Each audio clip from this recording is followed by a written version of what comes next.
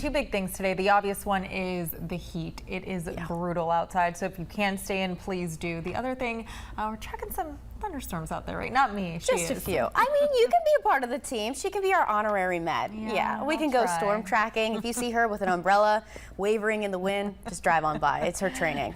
But for today, we are talking about some rain, some thunderstorms, and actually, we really want them. Not only because we are in a drought in a few areas, but because it's starting to cut a little bit of this heat. We're seeing a lot of the 90s, but unfortunately, we're feeling like the hundreds. I would rather feel like the 90s, but you know, I don't control the weather. I just talk about it. As we go throughout your day today, I do want to highlight it's just going to be excessively hot. Dangerous heat for select groups, really all of us, if we're in the sunlight or even outside for prolonged periods, but definitely the elderly, the very young, and then pets. So check on all three groups if you can, if you have the time today, and just be extra courteous and giving today because we all have to get through this heat together. Dew points in the 70s. I want to mention that because it's contributing to that feels like. When dew points are close to the actual temperature, that air is saturated, it's very humid and soupy, but when it's just alone in the 70s and temperatures are in the 90s, it's oppressive. So stay hydrated. It is very hard for your body to sweat, to cool down on its own and regulate that body temperature if you're outside because of the added moisture and because of the humidity. So take it slow, take it easy, and avoid going outside if you can, especially when that sun is up and shining, even when we have overcast skies like today. 98 expected for our day ahead, maybe even a little bit warmer for those areas who are seeing sun and not a whole lot of cloud coverage and or storm potential for today. But we are still tracking the potential for some storms later on this afternoon through Friday and into your weekend. So this is what we're looking at. Right now, nothing is looking to meet that severe criteria. So outside of any severe storms that may develop, we're looking at 35-mile-per-hour winds.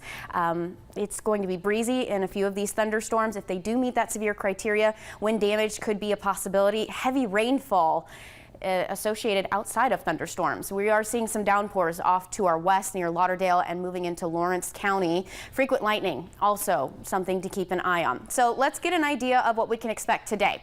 Not a whole lot as far as severe weather, but we could see a few thunderstorms blossom later into the afternoon. We have that heat, we have that moisture, and that could come into play later on.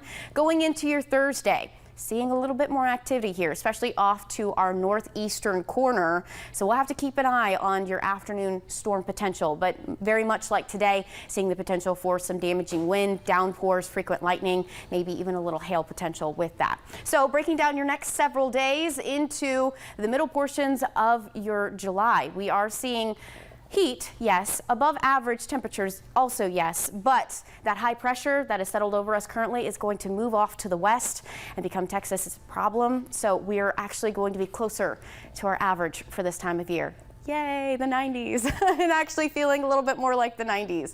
But not feeling like the 90s or even the 70s as far as asphalt. So one of those key groups to keep an eye on, pets. If it's too hot for your hand, it is too hot for their little paws. Try to walk them in early morning portions and late evening portions of the day. Going through your next 10 days, very summer-like pattern. It's going to be hot, humid. We do have an excessive heat warning and heat advisories.